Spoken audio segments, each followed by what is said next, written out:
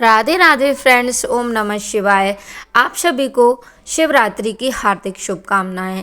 आज मैं आ गई हूँ मंदिर में और मंदिर में मुझे करनी है शिवरात्रि की पूजा। आज की वीडियो में हम जानेंगे कि मंदिर में आप शिवलिंग पे कैसे पूजा करें, अभिषेक कैसे करें और पूजा की सामग्रियाँ कैसे कैसे अर्पित करें। तो देखिए, आ गई हूँ मैं मंदिर में, लेकिन वीडियो बनाने के लिए कुछ ऐसा कोई ट्राईपॉड वगैरह मैं नहीं लेके गई थी, तो मैंने वीडियो को सेट किया है एक चीज़ पे, जिससे मैं तो आपको नहीं दिखूंगी लेकिन भगवान भोलेनाथ आपको दिखेंगे। तो वीडियो में आप पूरी तरह देखिएगा कि कैसे कैसे आपको सरल तरीके से स्टेप बाय स्टेप पूजा करनी है। तो पहले आप मंदिर को अच्छे से साफ सुथरा कर लीजिएगा, गंदगी वगैरह ना हो, जो सामग्री पहले से चढ़ी हुई हो, क्योंकि ये तो है सिंपल डे, मैं डेमो वीडियो बता रही हूँ। लेकिन अगर आप बहुत ज़्यादा भीड़ भाड़ उस दिन हो तो आपको सिंपल तरीके से सारी चीज़ें हटा देनी है। और चीज़ जब शिवलिंग की पिंडी को आप साफ़ कर लीजिएगा, उसके बाद आपको भगवान भोलेनाथ की एक तरफ यानी कि उत्तर या पूरब की तरफ मुंह करके आपको पूजा करनी है। कभी भी आपको जो ये होती है ना जलाधारी की तरफ आपको मुंह करके नहीं बैठना है। उत्तर पूरब का फेस देखिएगा कि आपका मुंह उत्तर और पूरब की तरफ हो और आप पूजा आरंभ कर सकते हैं। सबसे पहले आप अपने हाथों को साफ रखिएगा। हाथों से कभी भी चप्पल, जूते या कोई भी ऐसी गंदी चीज़ ना छुएं। अपनी सामग्री को अगर मंदिर में आसन की व्यवस्था है तो आप पहले आसन ले लीजिएगा, उसके बाद आराम से बैठ जाइए। उसके बाद सबसे पहले आपको गणेश जी की पूजा करनी है। तो आपको गणेश जी का कोई मंत्र आता है तो अच्छी बात है, नहीं तो गण गणपतये नमो नमः। गणेश जी को आप स्नान करवाइए। गणेश जी को स्नान करवाने के बाद उन्हें चंदन, तिलक, रोरी आप लगाइएगा। दुर्वा उस दिन आप गणेश जी को अवश्य समर्पित करें। 5 दुर्वा, 21 दुर्वा, 7 दुर्वा आप भगवान को समर्पित करें। उसके बाद भगवान भोलेनाथ को आप दुग्ध यानी कि आप पंचामृत से स्नान करवाइए, फिर सादा जल से आप स्नान करवाइए। उसके बाद आपको त्रिपुंड बनाना है भगवान भोलेनाथ के ऊपर। समय इतना नहीं मिलता है क्योंकि भीड़ बहुत ज़्यादा होती है, तो आप त्रिपुंड बनाइए चंदन से या भस्म से। अगर भस्म आप लेके गए हैं या फिर अबीर गुलाल है तो सबसे ही आप भगवान भोलेनाथ का श्रृंगार करिए। तिलक बना दीजिए अपने नंदी पे, आप सारी चीज़ें चढ़ाइए, क्योंकि भगवान पहले अपने गणों की सेवा करवाते हैं। तो गणेश जी को आप दुर्वा अर्पित उस दिन अवश्य करें। फिर गणेश जी के चरणों पे भी आप सिंदूर अवश्य अर्पित करें, भगवान को तिलक करें। उसके बाद माता को आपको सिंदूर से तिलक लगाना है। चंदन से माता को सिंदूर से ही तिलक लगाना है, चंदन से तिलक नहीं लगाना है। और जो सिंदूर आप माता को समर्पित कर रहे हैं उसी से आप अपनी मांग में और अपने माथे पे टीका अवश्य लगाएं। उसके बाद आपको भगवान कार्तिकेय की पूजा करनी है, नंदी की पूजा करनी है। सबकी साथ साथ में ही आप पूजा करना आरंभ कर दें। जो लोग अलग से शहद से स्नान करवाते हैं वो शहद से स्नान करवाएं, उसके बाद सादा जल से स्नान करवाएं। जो सरसों के तेल से कर रहे हैं वो पहले सरसों का तेल डालें। उसके बाद आप जिस सामग्री से आप करें, गन्ने के रस से कर रहे हैं तो आप गन्ने रस से करो, लेकिन बाद में सादा जल से आप स्नान करवाएं। उसके बाद आपको जो भी चावल हैं वो टूटे हुए नहीं होने चाहिए, आप चावल समर्पित करें। चावल समर्पित करने के बाद आपको काले तिल अर्पित करने हैं। मैं अभी काले तिल अर्पित कर रही हूँ। काले तिल अर्पित करने के बाद आप मूंग अर्पित करें। हरे मूंग आप उस दिन अवश्य लेके जाएं, हरे मूंग अर्पित करें। उसके बाद गणेश जी को भी हरे मूंग अवश्य अर्पित करें। मैं अभी गणेश जी को अर्पित कर रही हूँ। उसके बाद आप भगवान कार्तिकेय को और नंदी जी को भी इन चीज़ों का आप पूजा अवश्य करें। पूरा पंचोपचार से आपको पूजन करना है। उसके बाद जनेऊ धारण करवाएं भगवान भोलेनाथ को, गणेश जी को, कार्तिकेय जी को।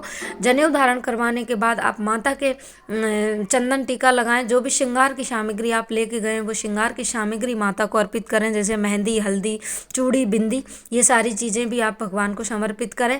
उसके बाद आपको बेलपत्र समर्पित करनी है। जो भी बेलपत्र आपके पास है, इसमें मेरे पास बेलपत्र नहीं थी इसलिए मैं बता नहीं रही हूँ। 21, 31 जितनी भी बेलपत्र हैं आप बेलपत्र भगवान को अर्पित करिए। जो भी फल आप लेके गए वो फल अर्पित करिए।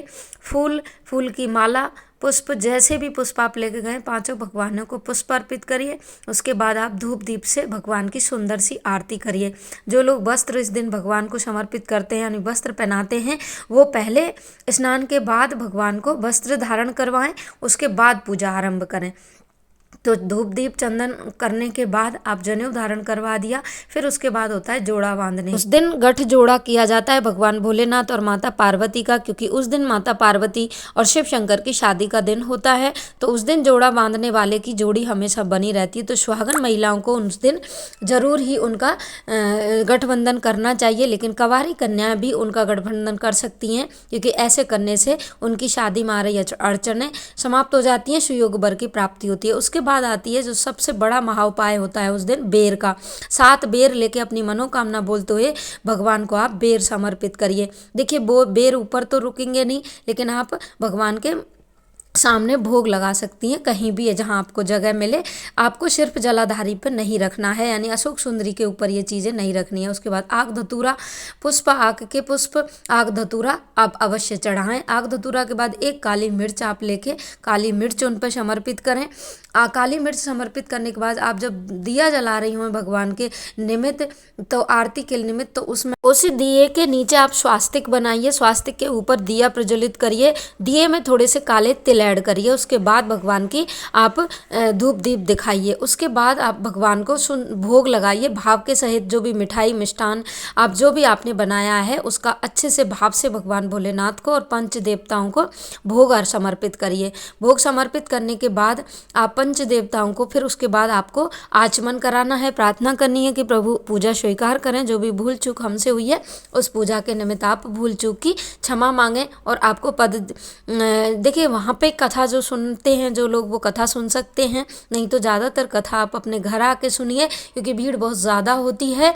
थोड़ी देर आपको मंदिर में बैठ के उस दिन अवश्य आना चाहिए। एकदम से उठ के मंदिर से नहीं आना चाहिए कि काम हुआ और हम निकले, नहीं। थोड़ी देर भगवान के आप भगवान को निहारो, भगवान से प्रार्थना करो। पूजा का दिन है, बहुत बड़ा दिन है, तो ये उसके बाद आचमन आप करिए। उसके बाद भगवान के चरण स्पर्श करिए। चरण स्पर्श करने के बाद अगर जो लोग कथा वहाँ सुन रहे हैं वो कथा सुन के आरती करिएगा, नहीं तो आप 3 ताली ऐसे जैसे मैं बता रही हूँ 3 ताली आपको भगवान को छू के आपको बजानी है। उसके बाद आप पद यानी परिक्रमा करें। आधी परिक्रमा करनी होती है, क्योंकि आप कभी भी उनकी पूरी परिक्रमा नहीं करें। 3 साथ जो भी करनी हो आपको जोड़ा में अवश्य करें। उसके बाद आप झोली फैला के इस प्रकार जैसे मैं आपको वीडियो में दिखा रही हूँ कि उस दिन आपको झोली फैला के भगवान भोलेनाथ के सामने अपनी मनोकामना रखनी है, और झोली को आप बंद करके उठ जाइए वहाँ से और भगवान भोलेनाथ को प्रणाम करके और अच्छे से ढोक इत्यादि करके आप वहाँ से अपना सामग्री उठा के आप प्रदक्षिणा कर लीजिए। और उसके बाद थोड़ी देर आप मंदिर में कहीं भी बैठ जाइए, और बैठ जाने के बाद आप घर पे आइएगा। शाम की इस पूजा का अलग विधान है, शाम की पूजा की मैं अलग से वीडियो लेके आऊँगी। आप मेरे चैनल पर नए हैं तो वीडियो को लाइक करें, शेयर करें, कमेंट करें। शाम की प्रदोष की पूजा कैसे करनी है और रात्रि पूजा कैसे करनी है, इन सब का वीडियो मैं बहुत जल्दी अपने चैनल पर लेके आने वाली हूँ, तो आप मेरे चैनल पर बने रहिएगा। वीडियो में कोई भी अगर मेरे से त्रुटि रह गई हो उसके लिए आप कमेंट अवश्य करिएगा। भूल चूक से कुछ भी रह गया हो, ज़्यादातर मैंने सब कुछ बताने की कोशिश की है। हमारे यहाँ पे गेहूँ या जौ की बाल चढ़ाने का एक विशेष महत्व होता है कि आप चढ़ाएं, तो अगर आपके यहाँ चढ़ाते हैं तो आप अवश्य चढ़ाइएगा। राधे राधे।